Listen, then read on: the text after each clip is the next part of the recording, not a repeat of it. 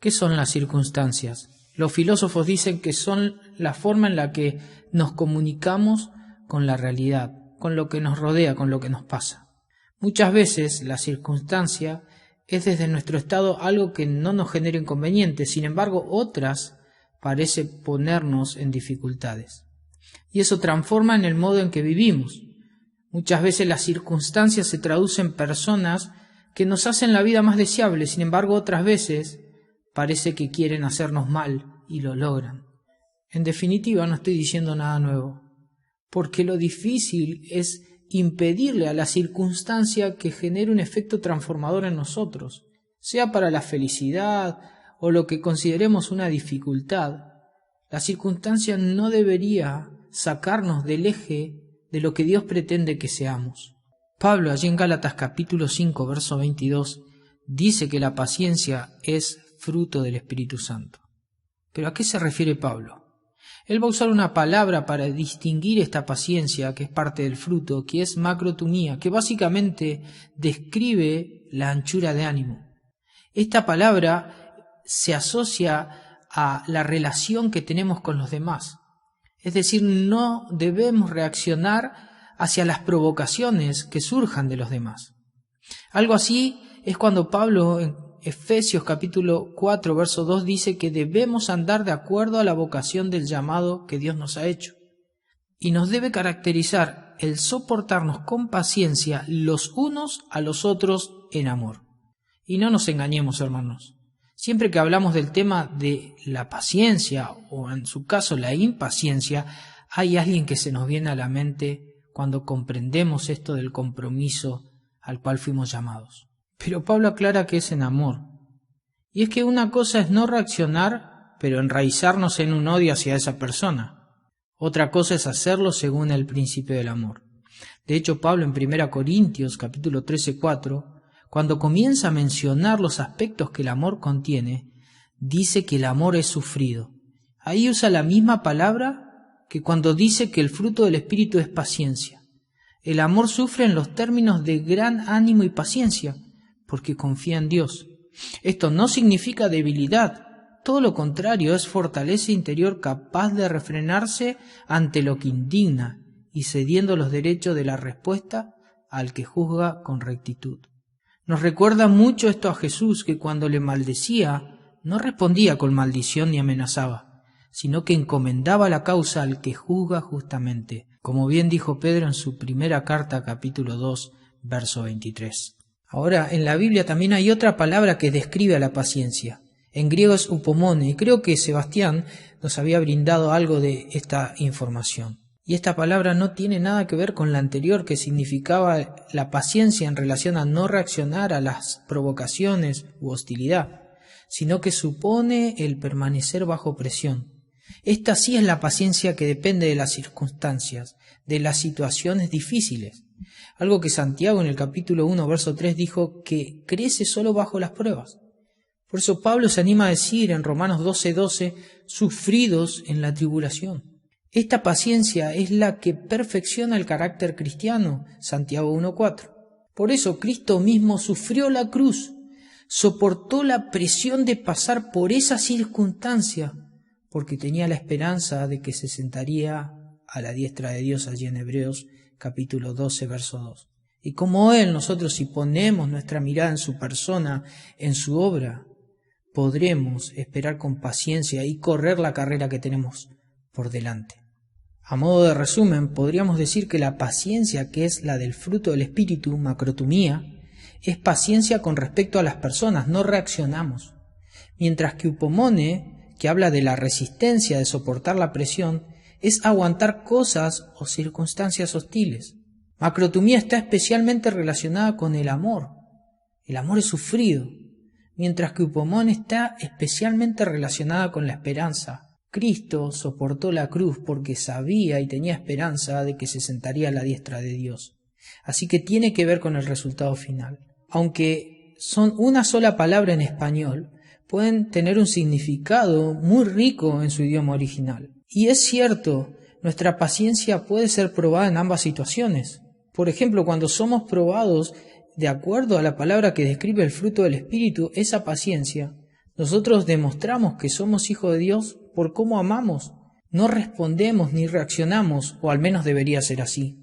Mientras que cuando la paciencia que es probada es aquella que nos pone bajo circunstancias difíciles, no crecemos en amor, sino que crecemos en la fe y en la esperanza que tenemos en el Señor.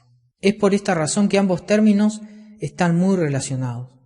Porque estar bajo presión circunstancial puede venir de alguien que busque hacernos mal, que use cosas para ponernos bajo presión y de esa manera que reaccionemos mal o que en definitiva abandonemos nuestra confianza en Dios. Ambas palabras en su original pueden verse inmiscuidas en una misma experiencia. Sin embargo, también pueden distinguirse como lo hemos probado. Pedro usa un lenguaje muy simil y pone en contexto esto de estar bajo una situación difícil, hostil, a partir de una persona que nos odie sin causa. Él dice, pues para esto fuisteis llamados, porque también Cristo padeció por nosotros, dejándonos ejemplo para que sigáis sus pisadas. Pedro dice que Cristo padeció por nosotros y nos dejó ejemplo. Luego dice Pedro que el Señor nunca pecó ni engañó a nadie. Pedro nos hace evidente la paciencia de no reaccionar que Jesús tenía, pues dice, quien cuando le maldecían no respondía con maldición. Cuando padecía no amenazaba. En otras palabras, Jesús no respondía cuando lo insultaban, ni amenazaba con vengarse cuando sufría.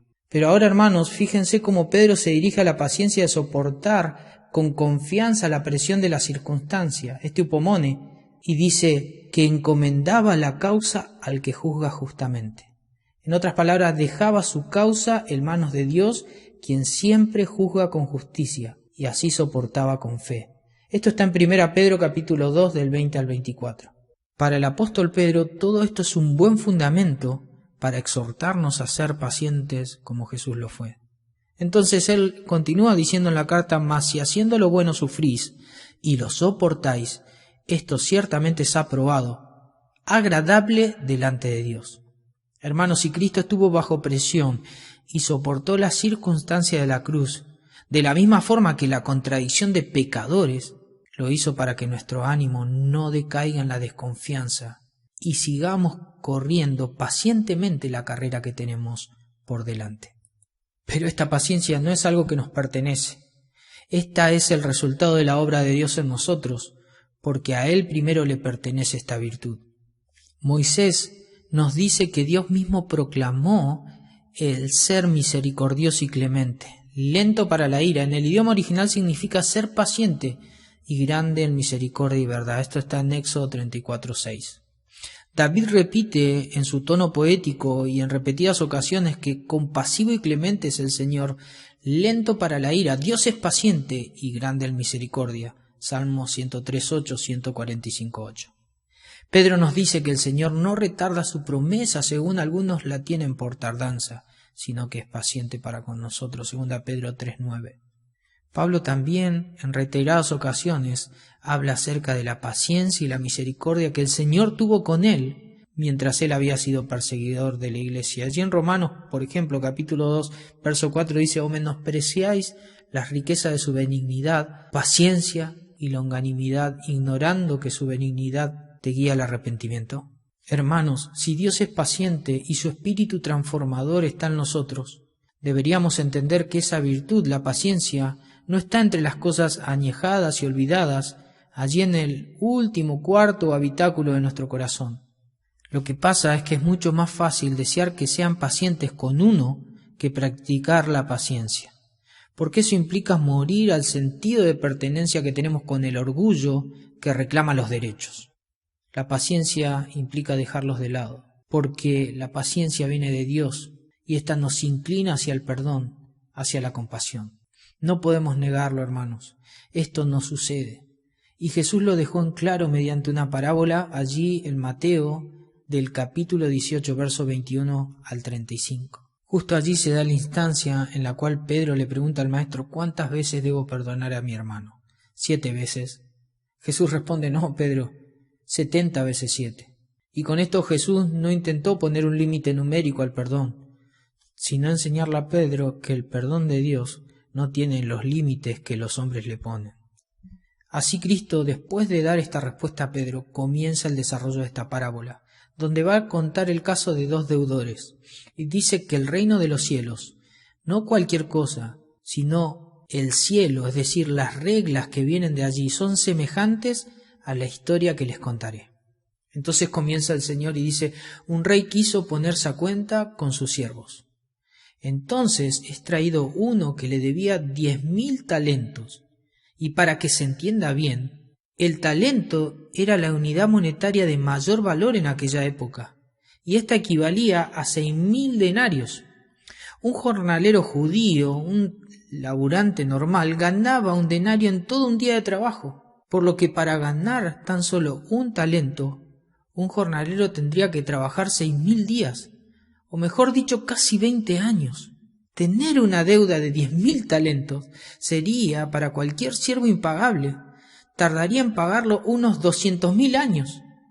Y como era lógico, este siervo no podía pagarlo, por lo que este rey propuso que le sean vendidos su esposa, sus hijos y sus pertenencias, para que al menos pague algo de esa deuda. Imagínate la desesperación de esta persona. Cualquiera de nosotros pensaría que sería mejor perder la vida a que nuestra familia sea vendida como pertenencia y esclavitud a otros. Así que este siervo clama al rey diciéndole: ten paciencia conmigo, no reacciones según lo ofensivo de mi deuda, yo te pagaré la deuda. Los que escuchan la historia saben que esa deuda es impagable.